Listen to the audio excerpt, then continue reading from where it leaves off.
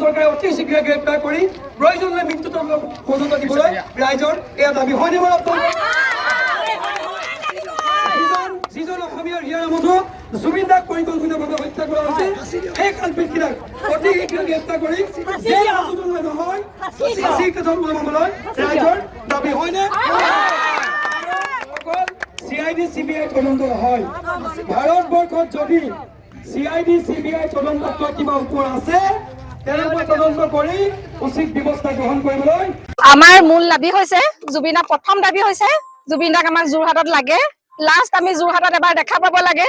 আমি সকলো ৰাইজ সাধাৰণ ৰাইজ ৰখি আছো কোনোবা ইয়াত দল সংগঠন কোনো নহয় সব যেনেকে যি পাৰে ওলাই আহিছে লাষ্ট তেওঁ অনুৰাগী হয় তেওঁ লাগে আমাক জুবিনদাক প্ৰথম যোৰহাটত লাগে ছেকেণ্ড কথা হৈছে জুবিনদাক ন্যায় লাগে এজন অসুখীয়া মানুহ গৈ ইমান দূৰত কিয়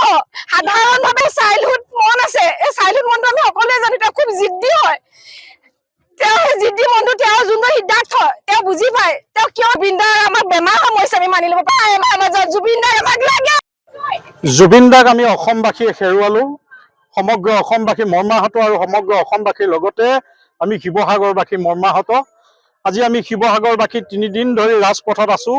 আৰু আজি আমি নেশ্যনেল হাইৱে ব্লক কৰিবলৈ বাধ্য হৈছো বাধ্য হোৱাৰ এটাই কাৰণ ইতিমধ্যে গোটেই জুবিনদাৰ মৃত্যুটো ৰহস্যৰ আৱৰ্তলৈ আহিছে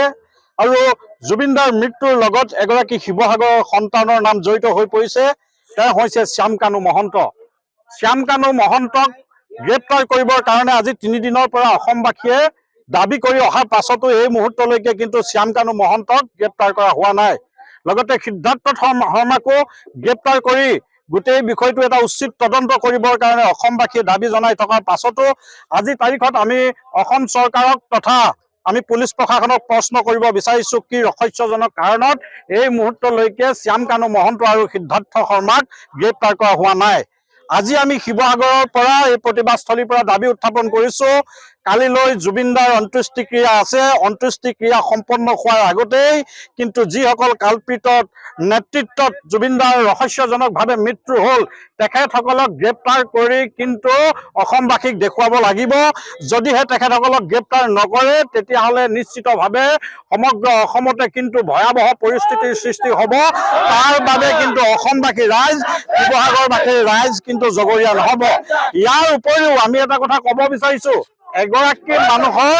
সমাধিস্থল এটাই থাকে সমাধিস্থল কিন্তু এটাই থাকে আজি সমাধিস্থলটো তেখেতৰ জন্মস্থান যোৰহাটত হ'বৰ কাৰণে যোৰহাটবাসী ৰাইজে দিনে নিশাই প্ৰতিবাদ কৰি আছে আৰু যোৰহাটবাসীৰ লগত আজি আমি শিৱসাগৰবাসী ৰাইজৰ ৰাজপথলৈ ওলাই আহিছো যিকোনো মূল্যৰ বিনিময়ত আমি জুবিনদাৰ যিটো সমাধিস্থল সামাজিক ক্ষেত্ৰখন আমি যোৰহাটত প্ৰতিষ্ঠা কৰিবৰ কাৰণে দাবী উত্থাপন কৰাৰ লগতে যদি সম্ভৱ হয় গোটেই বিষয়টোৰ লগত ৰাজনীতি নকৰি